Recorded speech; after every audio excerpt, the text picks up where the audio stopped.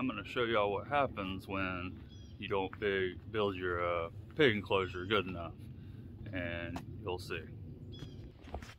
But first, let's feed the animals.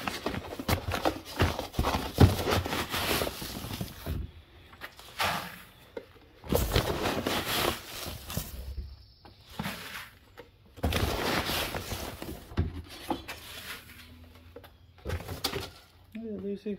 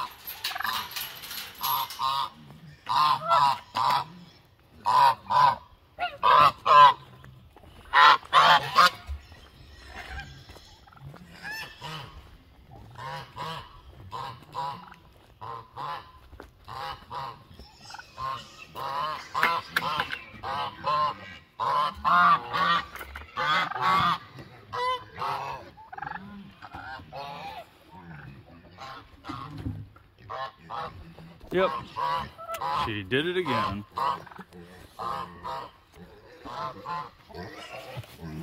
Hey, pick, pick.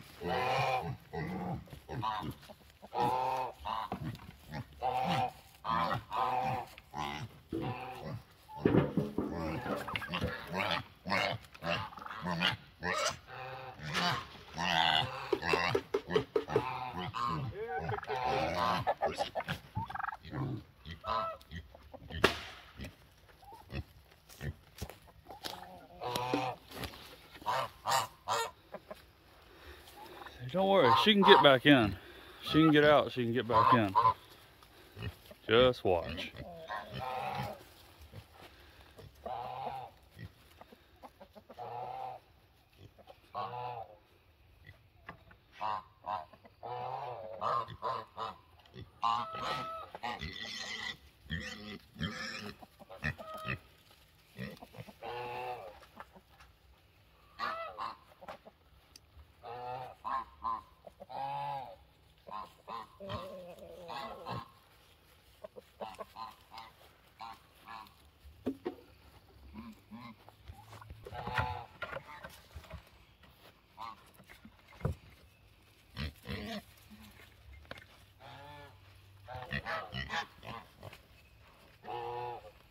A little bit harder this morning than usual.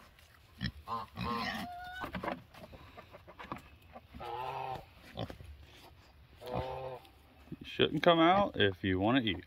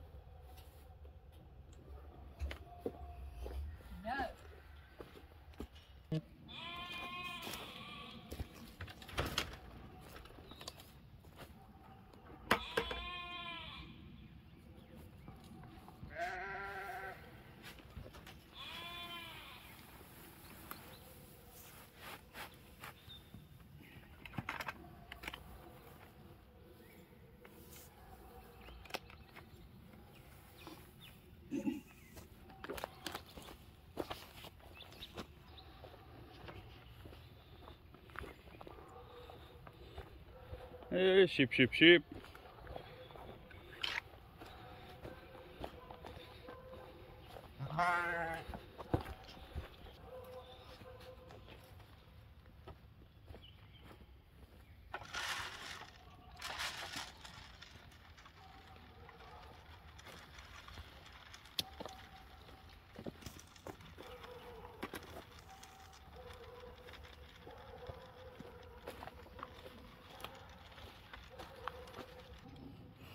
Alright, now we're gonna pick a spot to put the hay.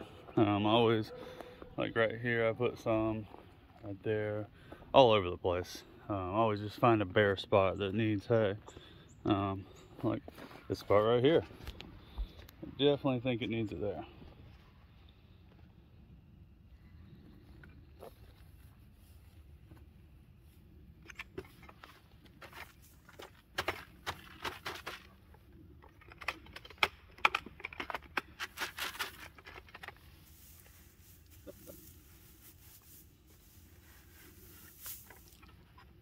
Chip.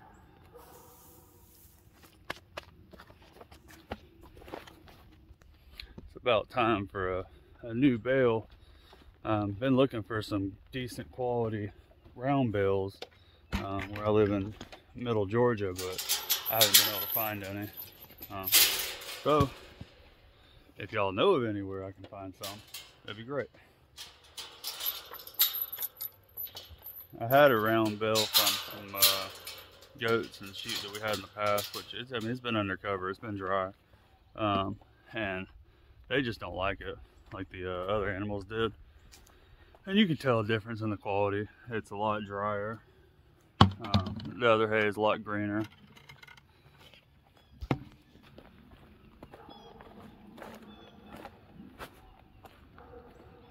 She's on it.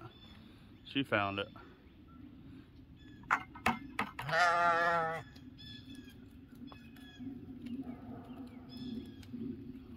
We're working on the forage out here because you just can't see it in the pictures, but we have a lot of grass coming up, and I'm just making sure I feed them a lot of hay, a little bit of grain in the morning, just once a day. They're staying in a chicken tractor at night for shelter. I've seeded this entire area with both rye and fescue, and then I'm also putting one of the round bales that we have has a lot of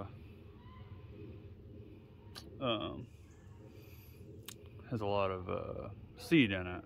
They must have, you know, baled it when it was in seed, and so I'm making sure that I'm putting it all over the place to help with the seeds.